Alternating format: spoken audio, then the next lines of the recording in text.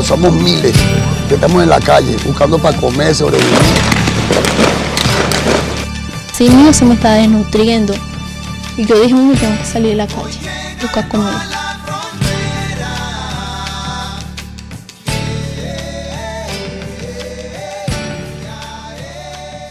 La situación en Venezuela recrudece y lamentablemente pues no encontramos alguna salida al tema. Pero bueno, mientras tanto vamos a ver los portales internacionales, pero antes tenemos vía Skype a nuestro buen amigo Orlando Goncalves. Él es analista y consultor político internacional, él es venezolano, se encuentra desde Bogotá y no se encuentra desde Bogotá solamente porque es una bonita ciudad, sino porque la situación en Venezuela lo ha obligado a estar en ese país como muchísimos que se encuentran aquí en Ciudad de Panamá. Y ayer, Orlando, el gobierno venezolano subió la apuesta y utilizó helicópteros para bombardear a la población con unos gases de un color rojo y azul que dicen algunos que es para amedrentar. Hoy temprano en la mañana, diputados opositores amanecieron en las instalaciones de la Guardia Bolivariana para tratar de solicitarle al comando de policía que deje de reprimir a la población. Esto va en escalada, Orlando. Buenos días. Buenos días, Guillermo. Como siempre, un gusto saludarte. Efectivamente, el gobierno ha subido la apuesta, como tú bien lo dices, porque ya no tiene nada que perder. Entonces, necesita por la fuerza controlar las manifestaciones públicas de repudio que se han hecho en los últimos 5 o 6 días y que hasta ahora llevan un saldo de 44 detenidos y 2 muertes.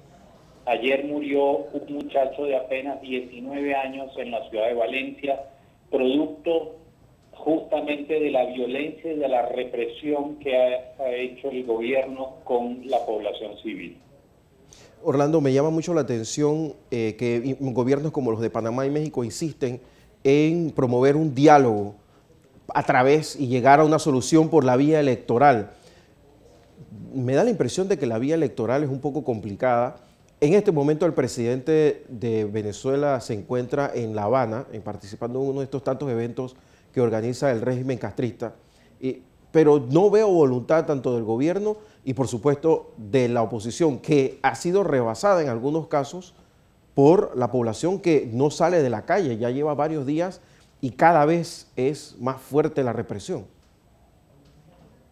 Así es. A ver, hay que entender lo siguiente. El deber ser de los países es pedir el diálogo porque es la herramienta democrática por excelencia. Eso tiene sentido y tiene lógica. El problema es en qué condiciones se da el diálogo. Y es ahí donde, digamos, se traba la carreta. Porque para que pudiera existir un diálogo tiene que haber las condiciones y sencillamente el régimen de Nicolás Maduro, de manera reiterada en el tiempo, ha violado cada vez que se ha intentado hablar, cada vez que se ha intentado hacer un diálogo, el régimen ha violado las reglas del juego. Entonces, no podemos establecer un diálogo si no hay liberación de los presos políticos, si no hay la apertura de un canal humanitario que permita la entrada de alimentos y medicinas. No puede haber diálogo si no se restituyen las funciones de la Asamblea Nacional y si se revoca la ruptura del hilo constitucional que se produjo a través de una sentencia del Tribunal Supremo de Justicia y que a la fecha de hoy no ha estado revocada esa sentencia. Entonces, no tiene ningún sentido ir a un diálogo. El único sentido que hay en este momento es que la población siga protestando en la calle y haciéndole ver al régimen que ya le perdió el miedo y que no van a salir de las calles hasta que se restituya la democracia en todas sus formas. Orlando, María Corina Machado, Leopoldo López y Enrique Capriles están ahora mismo inhabilitados para participar en un próximo torneo electoral. ¿No sería sine qua non que ellos pues se les restituya sus garantías para entonces hablar de un proceso electoral como lo piden países como Panamá, como lo piden países como México? ¿Estaría la oposición dispuesta a solicitarle a estos países que de alguna forma presiona al gobierno venezolano para que esto se dé? Porque Tú me dirás, ¿quién encabeza entonces la oposición? ¿Quién la encabezaría en un posible en torneo electoral? Te repito, Guillermo, para que haya elecciones tiene que haber unas condiciones básicas. Y las condiciones son, la primera de todas, restitución del hilo constitucional. Se rompió el régimen de Nicolás Maduro a través del Tribunal Supremo de Justicia, usando su poder dentro del Tribunal Supremo de Justicia, y recordemos que buena parte de ese tribunal fue electo de manera espuria en la última Asamblea Nacional, sin los votos requeridos, violando la Constitución. Entonces, hay que reponer las garantías democráticas y hay que reponer el hilo constitucional. Y segundo, hay que liberar a los presos políticos, hay que abrir el canal humanitario y hay que establecer unas reglas de juego claras para esas elecciones, y ninguna de esas cosas está sobre la mesa hoy en día.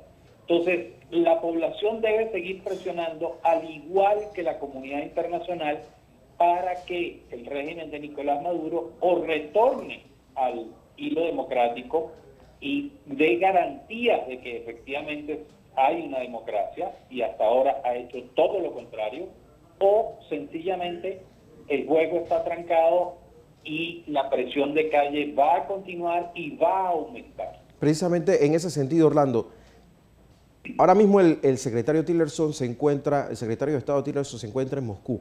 Tiene un problema gigantesco. Donald Trump acaba de tuitear que Corea del Sur se está buscando problemas. Eso es como una amenaza velada. O sea, siento que Estados Unidos se ha desenfocado del tema de Venezuela por donde inició, que precisamente esta ola de protestas tiene algún impulso en aquella foto de Lilian Tintori con el presidente y el vicepresidente de los Estados Unidos. Eso quizás ayudó un poco a darle fuerzas a la oposición, pero se ha desenfocado el tema de los Estados Unidos. ¿Crees que esto de alguna manera fortalezca la posición de Nicolás Maduro y su gente, y pues todo este movimiento termine apagándose de alguna manera en el tiempo?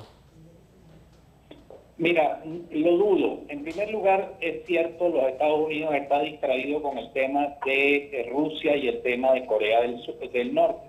Ahora bien, ayer el Departamento de Estado emitió un comunicado muy fuerte, en términos muy fuertes, exigiéndole a Nicolás Maduro que retorne a la senda democrática. Eso en primer lugar. Y en segundo lugar, la comunidad internacional, fundamentalmente la latina, hablemos de México hacia el sur, está teniendo los ojos presentes en el tema de Venezuela. Pero más allá de esto, el problema es adentro de Venezuela, el problema es de los venezolanos, y los venezolanos ya le perdieron el miedo al régimen y van a estar en la calle hasta lograr conquistar el regreso a la democracia.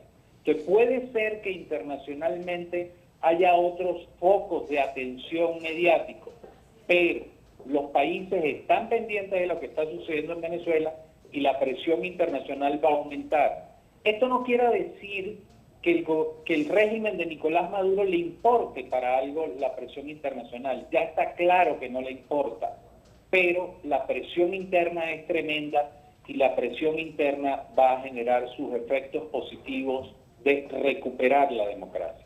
Orlando Goncalves, hasta Bogotá, muchísimas gracias por atendernos y vamos a seguir en contacto. Como siempre, un gusto saludarte a ti y a tu audiencia, Guillermo. Gracias, Orlando. Era Orlando Goncalves, consultor político internacional. Él es venezolano, basado en Bogotá y en Miami es donde se está generando más que todo la forma de evitar el cerco informativo que de alguna forma que incluye Internet, ha establecido el gobierno de Venezuela. Lo que hacen es que tumban los portales de noticias donde se están transmitiendo las escenas de lo que está pasando en las calles, no solamente de Caracas, sino de la mayor parte de las ciudades. Y para evitar eso, tenemos los portales internacionales. Y comenzamos con el primero, F, el portal de Noticias F, reporta que el expresidente Ricardo Lagos se retira de la carrera presidencial de Chile. Este fin de semana perdió el apoyo del Partido Socialista, así que el presidente Lagos no participará del torneo electoral de final de año y solamente quedará en la carrera un expresidente que por ahora es Sebastián Piñera. Tenemos este fue EFE. Tenemos el portal digital, Libertad Digital, también de España, que reporta precisamente lo que estábamos conversando hace un momento, que Seúl asegura que Washington no actuará unilateralmente contra Pyongyang. Mucho cuidado con lo que está pasando porque el presidente de los Estados Unidos, Donald Trump, acaba de tuitear de alguna manera que Pyongyang se está buscando problemas con Washington, y cuando un presidente de los Estados Unidos escribe este tipo de cosas hay que poner atención. Así que vamos a ver cuál es el resultado de la conversación entre el secretario de Estado de los Estados Unidos y el canciller ruso. Por ahora el canciller ruso ya mandó a decir que las relaciones entre Estados Unidos y Moscú están en su peor nivel desde la posguerra. Seguimos con el portal El Tiempo de Bogotá. Aunque es de Colombia, esta información es interesante. El expresidente de Odebrecht, Marcelo Odebrecht, declara haber pagado $4 millones a Lula da Silva. Esto es un misil en la línea de flotación de la posible campaña electoral del expresidente brasileño, ya que estas declaraciones se dieron ayer en una nueva indagatoria en la que participó el señor Marcelo Odebrecht. El Universo de Venezuela, como estábamos hablando hace un momento, habla de que Maduro, en este momento, estamos enfrentando un golpe de Estado. Esto lo dice en una actividad en La Habana, donde se encuentra el señor Maduro desde el domingo, mientras que en las calles de Venezuela pues se reprime a la población. El señor Maduro está acuerpado por sus amigos, el señor Castro y todo el resto de sus secuaces. Y por último, el portal Infobae nos pone la otra cara de la moneda, lo que está sucediendo en Venezuela.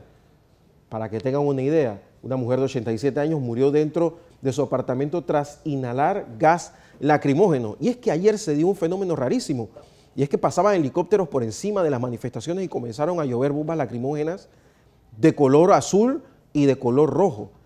Desde el sábado, medios internacionales han estado reportando que la Guardia Bolivariana ha estado desplegando y tirando bombas lacrimógenas con algunas con fechas vencidas.